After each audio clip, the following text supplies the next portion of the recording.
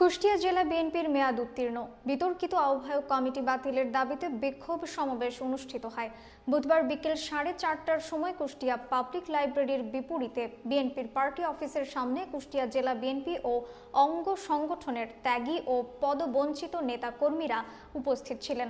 বিস্তারিত থাকছে মঞ্জুরুল ইসলামের প্রতিবেদনে। অনুষ্ঠানে সভাপতিত্ব করেন কুষ্টিয়া জেলা বিএনপির সাবেক সহ সভাপতি বশিরুল আলম চাঁদ। অনুষ্ঠানটি পরিচালনা করেন কুষ্টিয়া জেলা বিএনপির সাবেক যুব বিষয়ক সম্পাদক মেজবাউর রহমান পিন্টু।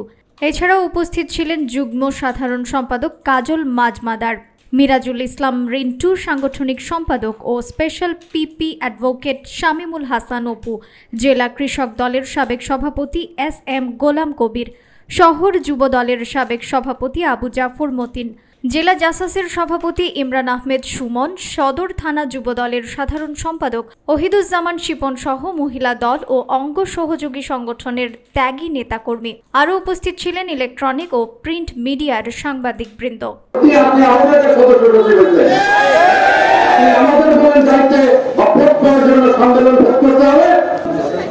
শেখ হাসিনা বাংলাদেশ থেকে যদিও বা বিতাড়িত হয়ে চলে গেছে, তার বেতাত্তা ফিরে গেছে, তাই একটা অংশ এই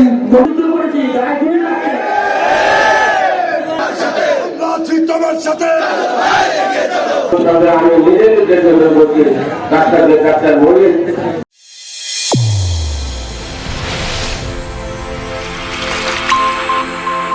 চ্যানেল A1 হৃদয়ের স্পন্দন।